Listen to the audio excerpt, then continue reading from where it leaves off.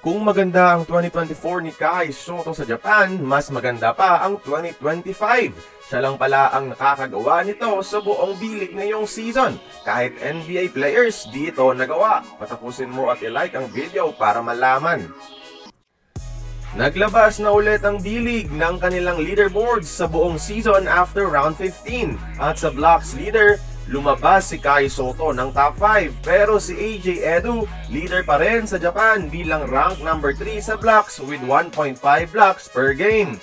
Pero di ibig sabihin yan mga idol, humina ang depensa ni Kai. Stats cannot tell the whole story. Maraming tira ang nababago ni Kai Sotto sa kanyang mga challenges kahit di man nagre-resulta sa isang supalpal.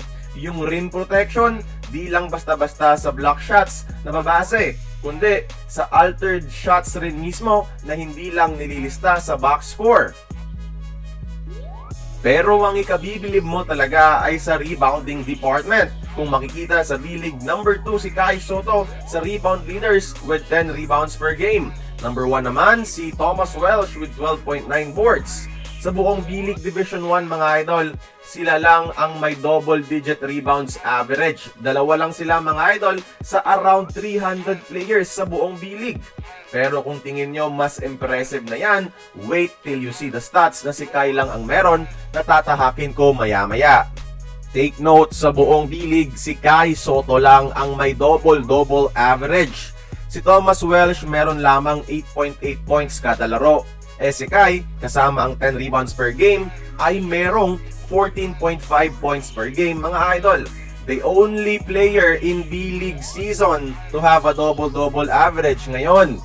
Well, technically, kasama niya si John Mooney ng Chiba Jets. Pero di kasi na-meet ni Mooney ang number of games na criteria para makapasok sa requirement ng liga. Kahit mga NBA players, mga idol, walang ganitong average. Sina Cristiano Felicio, wala yan. Only Kai Sotto. Sa buong Japanese B-League, 0.003% lang ang may double-double average.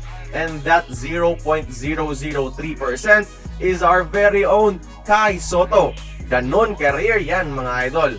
O siya, sa magsasabing fake news ito, check nyo ang mismong website ng B-League sa stats. Di ko to opinion, kundi ito ay interpretasyon ko sa mismo at totoong stats o numero sa B-League. Kaya kayong mga idol, tingin nyo, makakapag-NBA na ba si Kai Sotto ngayong taon? Join the conversation ha, magkomento lamang sa ibaba. Kung nagustuhan mo ang ating video, please like, share, and subscribe. I-follow mo na rin ang ating social media platforms for more exclusive sports content. Until then, this has been Courtside Buckets. See you on the next one.